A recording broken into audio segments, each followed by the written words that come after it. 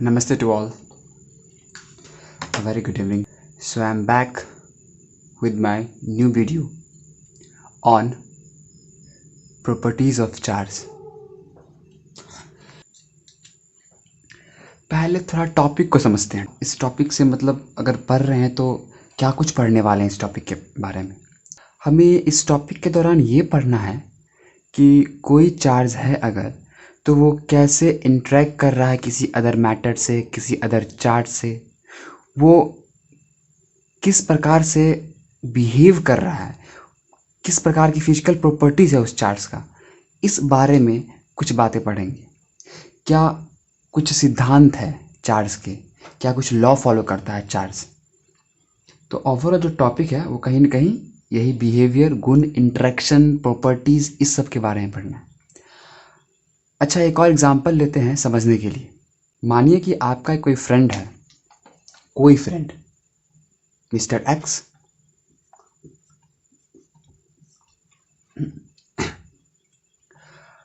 और ये जो फ्रेंड है आपके, ये रहते हैं लंदन में। अब इनसे आपकी मुलाकात होती है सोशल साइट पे, फेसबुक बहुत ही चर्चित है। यानी अब कहाँ मिले इनसे? फेसबुक पे। लंदन के रहने वाले हैं, फेसबुक पे मुलाकात हुई और सिंपली बात हुआ करता था।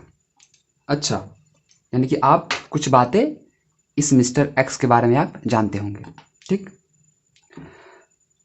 लेकिन अगर हम पूछे कि क्या आप सारी बात जानते हैं मिस्टर एक्स के बारे में, तो आपका आंसर क्या होगा? Exactly no.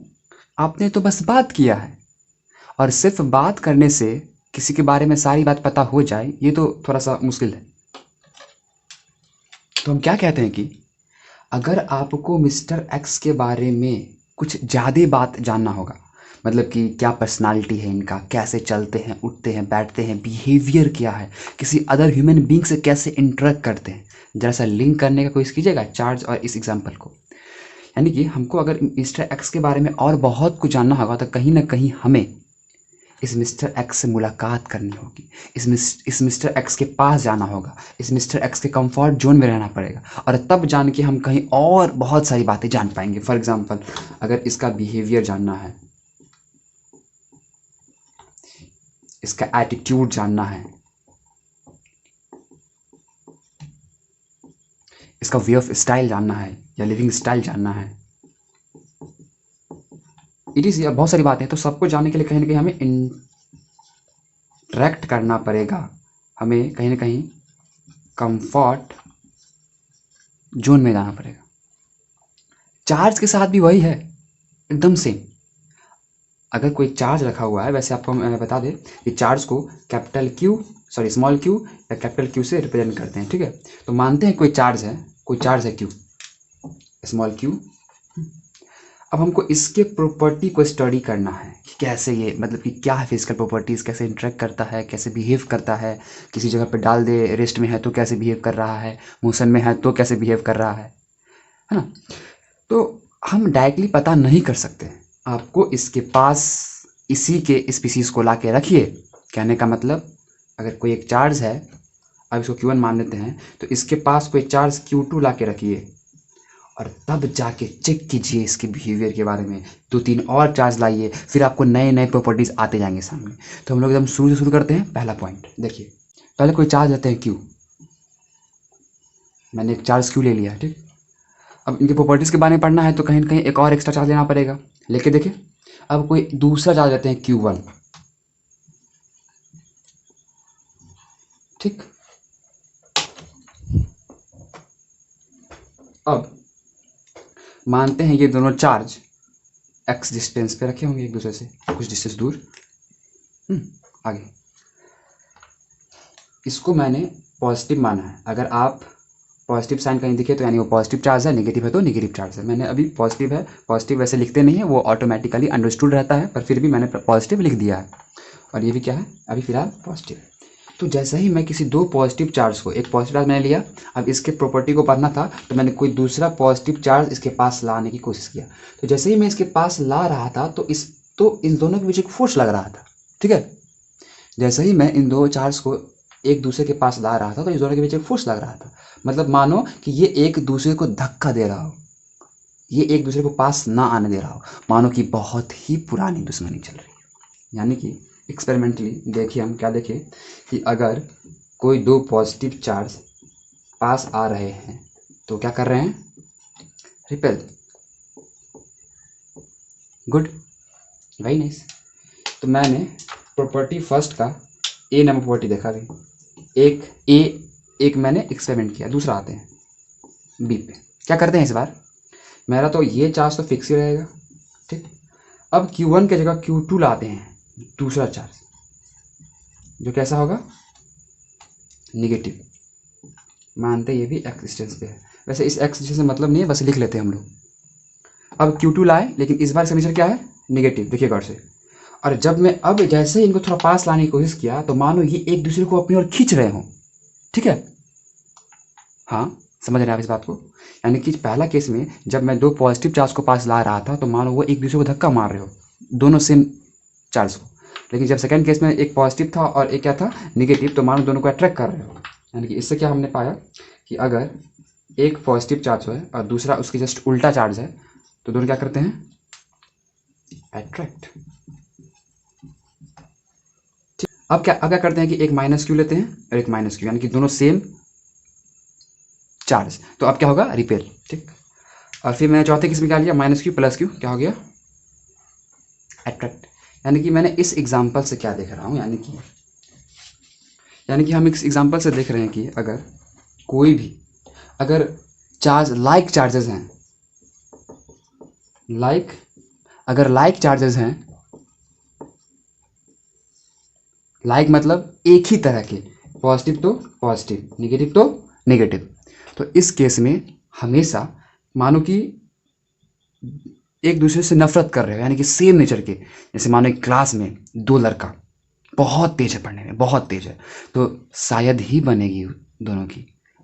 बाहरी से तो हाँ दोस्त, हम भी ठीक तुम भी ठीक, लेकिन अंदर से तो 100% बहुत ही ज़्यादा, एक तरह से मानो कि पढ़ाई के पॉजिटिव वे में ही जेलसी, लेकिन जेलसी होगा, मतलब कि उतने अच्छे ढंग से पढ़ नहीं सकता, ठीक उसी प्रकार। अब जैसे मानो, और फिर मैंने क्या देखा कि अगर अनलाइक चार्ज है, क्या है, अनलाइक चार्ज, अगर अनलाइक चार्ज हैं तो इस केस में क्या हो रहा है, अट्रैक्शन। अनलाइक मतलब उल्टा नेचर। जैसे मानो शाहरुख खान और Deepika Padukone, unlike, male female, attraction in the very similar fashion, you can remember. So this is the first property of charge, and it says that like charges always repel each other and unlike charges always attract each other, and this is also called the fundamental law of electrostatic. यानी कि पहला property क्या है कि अगर दो charge same nature के होंगे तो वो हमेशा धक्का मारेंगे, रिपेल करेंगे। और अगर कोई दो चार्ज अपोजिट नेचर के हैं, अनलाइक है, तो वो हमेशा अट्रैक्ट करेंगे। और ये फंडामेंटल प्रॉपर्टी है, मतलब कि ऐसा हमेशा होगा ही होगा लगभग, ठीक है। यानी कि अगर कोई भी दो पॉजिटिव चार्ज एक साथ आएंगे तो रिपेल करेंगे, या लाइक चार्ज एक साथ आएंगे तो रिपेल करेंगे। और अगर कोई दो चार्ज है जिसमें से कि एक पॉजिटिव और एक उसके उल्टे नेचर का हो, यानी कि उसके अपोजिट नेचर का हो, अनलाइक नेचर का हो, तो वो हमेशा ही अट्रैक्ट करेंगे। यानी like charges always repel each other and unlike charges always attract each other. Now moving to ask the second one. हम ये तो पहले जान गए कि अगर दो चार्ज सेम नेचर का होगा पास लाएंगे तो क्या होगा, और अपोजिट नेचर का होगा तो क्या होगा पास लाने पे। अब थोड़ा और समझते हैं आगे। दूसरा प्रॉपर्टी क्या है कि कभी भी कोई चार्ज बिना मास के एग्जिस्ट नहीं कर सकता है। क्या कहने का मतलब, charge cannot exist without mass. आवेश कभी भी बिना मास का नहीं रह सकता, एग्जिस्ट ही नहीं करेगा। समझते हैं इस केस को। चार्ज क्यों बनता है, या चार्ज कैसे मतलब कि एग्जिस्ट करता है, because of transfer of electrons, easy no, okay. और ये इलेक्ट्रॉन्स कहाँ पाए जाएंगे, एटम्स में। यानी कि कहीं ना कहीं कोई इलेक्ट्रॉन्स ट्रांसफर मारेगा तो किसी सब्सटेंस से मारेगा, और कोई सब्सटेंस होगा तो कहीं ना कहीं मास होगा, बिकॉज मास है तभी तो मैटर है, तभी तो सब्सटेंस है ना। तो अगर किसको, और वैसे भी इलेक्ट्रॉन्स जहाँ है तो वो कहीं ना कहीं किसी मैटर से ही लिंक होगा, और इलेक्ट्रॉन ट्रांसफ़र करने से चार्ज अगर हो रहा है या चार्ज एग्जिस्ट कर रहा है तो कहीं ना कहीं चार्ज बिना मास के एग्जिस्ट नहीं कर सकता। बात समझ में आ रही कि नहीं आ रही? बहुत ही सिंपल बात है, आप समझ रहे हैं कि चार्ज कभी भी, अरे ये अगर इसको रब करेंगे इस चीज़ को, तो रब करने के बाद इलेक्ट्रॉन ट्रांसफर मारेगा। अच्छा, अगर ये मास रहता ही नहीं तो किसको रब करते आप, या कहाँ से आप इलेक्ट्रॉन ट्रांसफर करवाते? नहीं करवाते ना। So it's quite easy, charge cannot exist without mass. अब आगे देखते हैं third one, charge is transferable. बहुत ईजी है।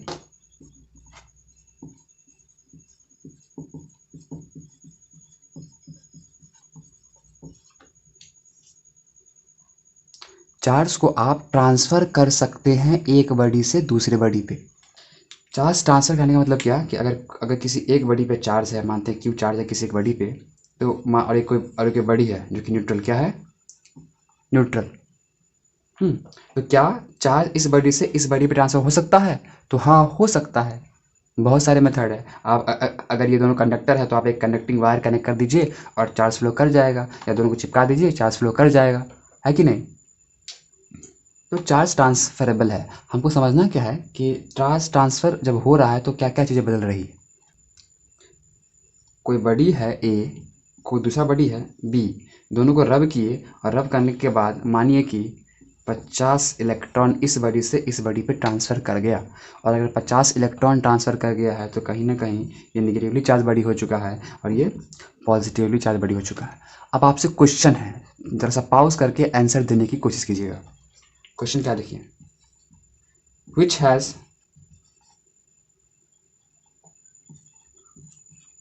has more mass, A B. दो ऑब्जेक्ट है, दोनों में से किसके पास ज़्यादा मास होगा? ऑप्शन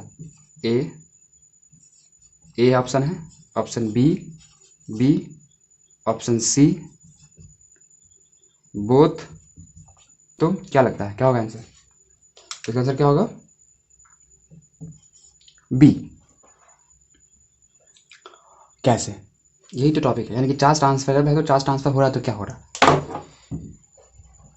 जब आप रब किए तो इलेक्ट्रॉन इस बॉडी से हटा, लूज हुआ, पॉजिटिव चार्ज बना, और लूज हुआ तो 50 इलेक्ट्रॉन अगर लूज हो रहा है तो इलेक्ट्रॉन का मास नेग्लिजिबल है, मानते हैं, लेकिन कुछ तो मास है, और अगर कुछ मास है तो मास कमेगा, इसका मास कमेगा, इसका मास बढ़ेगा। यानी कि अगर इलेक्ट्रॉन ट्रांसफर मारेगा तो कहीं ना कहीं इलेक्ट्रॉन के मास भी तो हट रहे हैं ना उस बॉडी से, तो मास घटेगा। यानी कि अगर कोई बॉडी पॉजिटिवली चार्ज है तो नेचुरल कंडीशन के रेफरेंस में उसका मास घट चुका होगा, अगर कोई बॉडी नेगेटिवली चार्ज है तो नेचुरल कंडीशन के रेफरेंस में उनका मास बढ़ चुका होगा। यही बात डील करना था। आते हैं चौथे प्रॉपर्टी पे।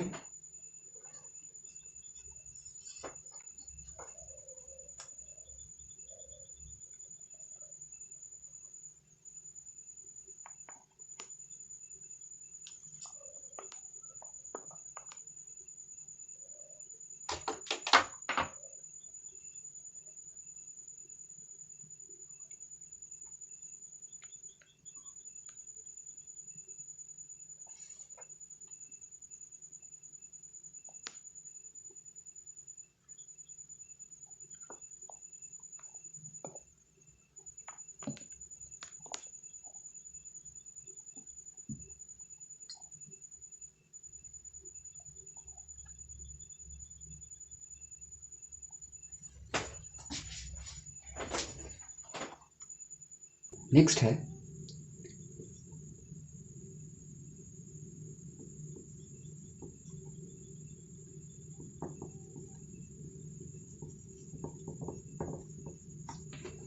नेक्स्ट पॉइंट है चार्ज इज एडिटिव। बहुत ईजी है, ये भी समझते हैं, सिंपल सिंपल समझेंगे 10th के लेवल के अनुसार, ज़्यादा हाई लेवल नहीं जाना है, बिल्कुल नहीं जाना है।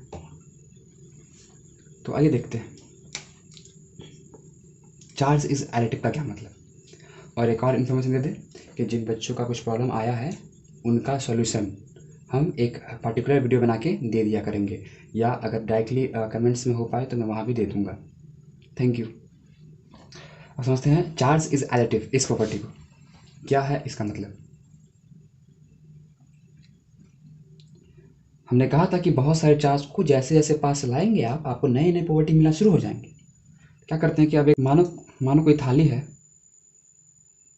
या कोई ऑब्जेक्ट है, उसमें कुछ चार्ज डाल दिए 2Q, 5Q, -3Q, इस तरह से एक चार्ज यहाँ पे, एक चार्ज यहाँ पे, एक चार्ज यहाँ पे। अब कोई आपसे पूछे कि कितना चार्ज है तो आप क्या बोलेंगे कि देखिए यहाँ पे एक 2Q चार्ज है, कॉमा यहाँ पे एक 5Q चार्ज है और यहाँ पे एक -3Q चार्ज है। नहीं, ये गलत है। चार्ज इज एडिटिव का सिंपल मतलब है कि अगर किसी भी ऑब्जेक्ट पे एक से अधिक चार्ज हैं तो आप सारे चार्ज को सिंपल अलजेब्राइक मेथड से ऐड कर दीजिए।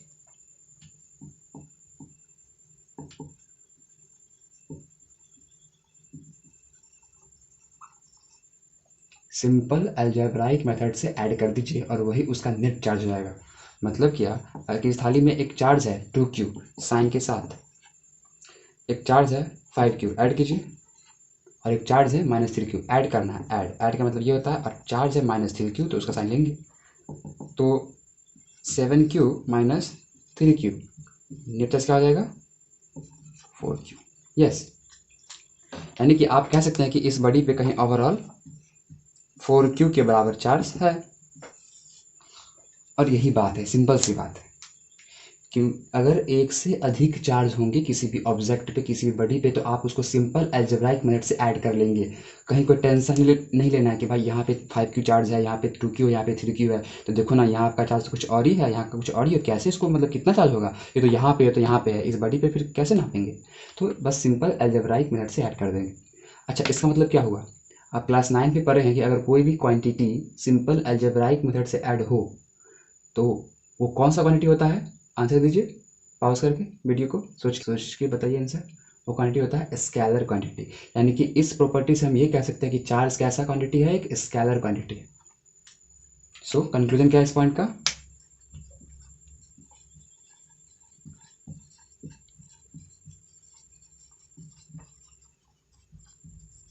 Charge is a scalar quantity not a vector quantity. अगर वेक्टर क्वांटिटी होता तो इसे हम सिंपल अलजेब्राइक मेथड से ऐड नहीं कर पाते, उसके लिए भी वेक्टर अलग था। और बस कहीं ना कहीं इसी पॉइंट को समझाने के लिए ये प्रॉपर्टी को डील किया गया है। ठीक है, पॉइंट नंबर 5, पांचवा पढ़ते हैं, इनवेरियांस नेचर ऑफ चार्ज। ये क्या बोलता है कि charge is invariant, charge is invariant. क्या हुआ इसका मतलब, अगर आप सिंपल सो रहे हो या आप सिंपल खड़े हैं उस वक्त आपकी मास, और आप अगर दौड़ रहे हो उस वक्त आपकी मास, उस दोनों कंडीशन में मास थोड़ा बदल जाते हैं। ठीक, यानी कि मास एक ऐसा प्रॉपर्टी है जो कि स्पीड पर डिपेंड करता है, लेकिन चार्ज स्पीड पे डिपेंड नहीं करता है। आप चार्ज को किसी भी स्पीड से मोशन करवाइए, चार्ज का जो वैल्यू होगा तो वो नहीं बदलेगा। एकदम सिंपल यही मतलब है। ये वैसे भी आपके सिलेबस से बाहर ही है, वैसे प्रॉपर्टी आप चाहो तो पढ़ना ही नहीं है एनसीईआरटी के अनुसार, लेकिन अगर आप किसी कंपटीशन लेवल के लिए बात करते हैं तो थोड़ा मोड़ा पढ़ना पड़ेगा, और या आगे कुछ बातें समझने के लिए थोड़ा मोड़ा पढ़ना पड़ेगा। तो ये तो लगभग क्लास 12 में जानेंगे, इसीलिए मैंने थोड़ा सा डील कर दिया है। अब जो नेक्स्ट दो प्रॉपर्टी है वो थोड़ा सा इंपॉर्टेंट है, मैं अभी डील कर देता हूँ कि आपको क्या पढ़ने वाले हैं आगे। देखिए आपका क्वांटाइजेशन ऑफ चार्ज, न्यूमेरिकल्स आते हैं इससे, और दूसरा है कूलम्ब्स लॉ। ये दो प्रॉपर्टी थोड़ी इंपॉर्टेंट है, और इस दोनों प्रॉपर्टी को हम लोग नेक्स्ट लेक्चर में देखेंगे। ठीक है, नेक्स्ट लेक्चर इसी पे होगा आधारित, और कुछ क्वेश्चंस कर लेंगे। यानी कि नेक्स्ट लेक्चर ये दो प्रॉपर्टी लंबा है इसलिए टाइम लगेगा, और कुछ क्वेश्चंस कर लेंगे, और फिर हम लोग एग्जैक्टली एनसीईआरटी के अनुसार जंप कर जाएंगे चैप्टर पे, इलेक्ट्रिक करंट। Thank you. कोई प्रॉब्लम हो प्लीज़ शेयर कीजिए, कॉन्टैक्ट कीजिए। Thank you.